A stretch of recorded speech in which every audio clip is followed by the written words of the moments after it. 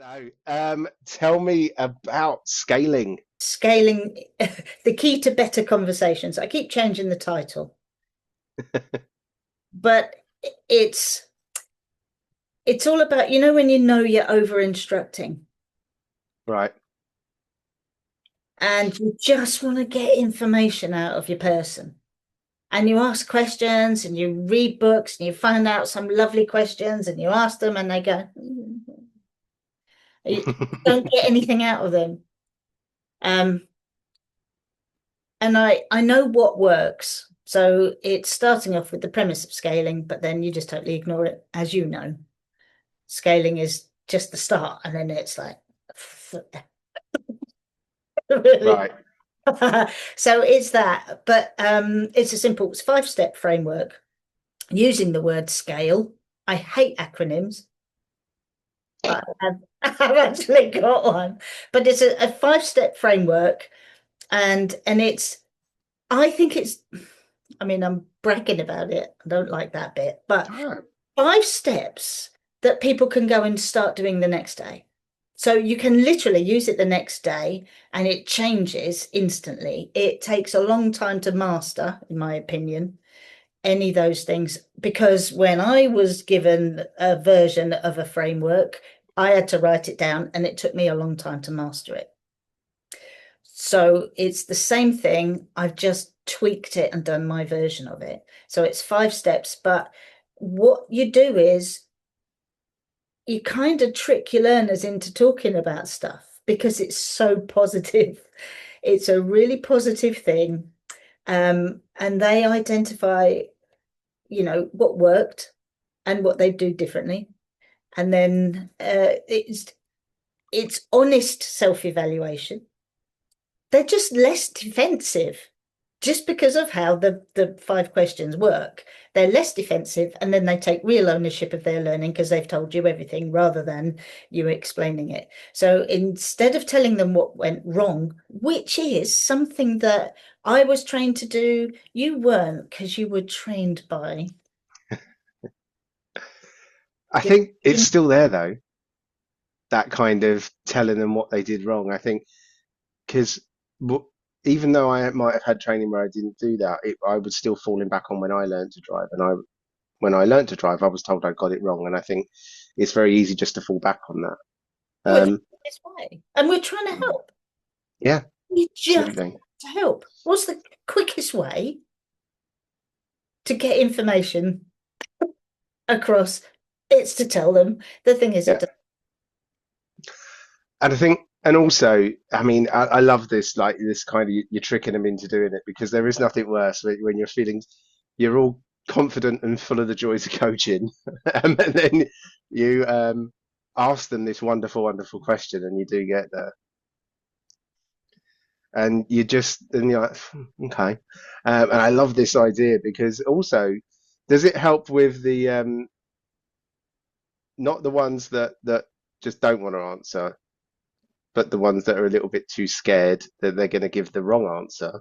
yeah, So that's when they shrug, because I think that's what's happening a lot, isn't it? absolutely. It's that. I mean, you've written a book for the those people who don't have the confidence to say, Mm. blah, blah, blah. And I didn't. I didn't Yeah, have any of that. My driving instructor said, "Did you understand?" And I used to go, "Say it, Jenna. Say you don't understand. You don't know what he's talking about. Say it." And I would go, "Yeah." yeah, absolutely, I had this little tiny absolutely. voice come out, and inside I was going, "I don't know where the quarter light I've is. got a clue. Oh, Just where's the quarter light? I can't like that. see it light." Yeah, White knuckling it down the road. no reversing. So it was, well, I'll reverse round. When I get it wrong, he'll tell me where this light is. Quarter light. Yeah. And it was I those. was taught about the split in the seats, which was really good until I got my own car and it didn't have seats that had a split in it. So I didn't really know what to do then. So, Yeah. So I mean, but they take real ownership of the learning. because they've told you everything in the process and this and this. So they're tricked into it. I mean, that sounds like it's not that, but they just don't realize they're doing Should it. we? So Yeah, I think it's not so much of a trick. It's more of a sort of like subliminal encouragement, perhaps. So, so natural. yeah, It's just so natural. that they want to share it rather than hesitate to share it. And it's, So, because there is no attack, there is only support, there is only genuine questions of interest. It's just, they're just talking. no, brilliant. I think that's really good. How often do you run this?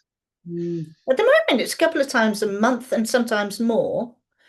Um, yeah, I think I'm doing them.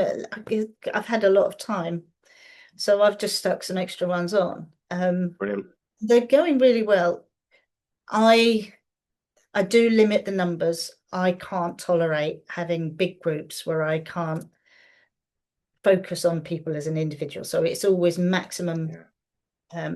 9 people. And if only one person, Okay. I still run it. I Right. don't cancel it Right. because I think That's 9. good. I do have people that contact me and they say things like, I hate this performance thing, I'm worried about it, and I'm Mm. not after them. And there's an agreement thing. But with all of my workshops, anything that I do, I got bored with delivering standards checks. There's other brilliant people out there doing that sort of thing. I don't need to do that anymore. I want to do the other stuff. I'm passionate about our industry changing from the bottom up and how we interact Mm. with people, which Absolutely. I know you're there as well. Because when you do something like the 5-step framework and they explain to you, they can see for themselves where the development is. So it's literally behavior changes when learners see it for themselves. So that's the premise of the scaling workshop. Brilliant. And it is just, I mean, you say, I mean, it's not, standards check that's out there being done. And yeah, absolutely. But this is still a massive, massive link in that same chain, isn't it? So it just kind of drags everything together. Because I think scaling, a lot of people is, for people is, so on a scale of 1 to 10, how good was what you just did? And it's left there. And And I'll then yeah, yeah, and you do hear a lot. I mean, you do hear a lot, or I've heard lots of trainers say that examiners are sick of hearing about scaling. They're sick of it. And I think they're sick of it because it's not being used quite in the correct way.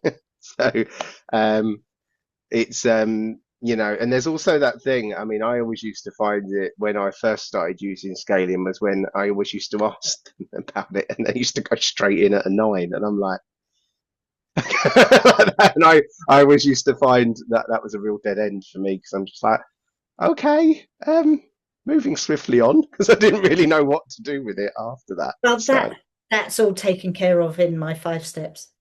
brilliant. So Oh, it kind of brings scaling to life then, rather than just this little theory on a paper that we've all been kind of sort of led to believe is what we should be doing. You've just oh, kind of, yeah, yeah. Well, you yeah, start off with the scaling bit, and then you throw it away. just out the window. Brilliant. I absolutely love this idea. This is amazing. So Scaling, the key to better conversations. That's really the thing. Is you have to start with a something. You have yeah, to start with a something to just to start. Otherwise, it can be complicated. But I also have ways of making it really quite amusing when you start those conversations. You don't have to do your numbers, and I mean, I can everybody imagine. scale all sorts of things. And the lovely Lynn, see the beauty of scaling is you can scale the emotions and those kind of things, just as you say and as you know. But Mm, I mean, you have to have tissues, but one of the most beautiful things to scale is how much effort people are putting in. yeah, absolutely. Yeah, you just have to have the tissues ready. And you say, yeah, but how much effort are you putting? Scale that out of 10. And that's the only time I ever hear a 10. Yeah, I think that's really nice. Especially when it's not going quite according to plan for them. I think that is an amazing way to do things. Yeah, Absolutely. yeah, There's nothing, absolutely. there's nothing more bonding than being seen by your trainer, by your Mm, driving instructor, to see that asking that question, it's just like, oh, you see me, you see mm, how much I'm putting into this. yeah, And then people can back down and relax because, you're a person, and once someone says, I see that you're trying, there's nothing more supportive than that. And you will get so much more out of people that way. I like that. This is really good.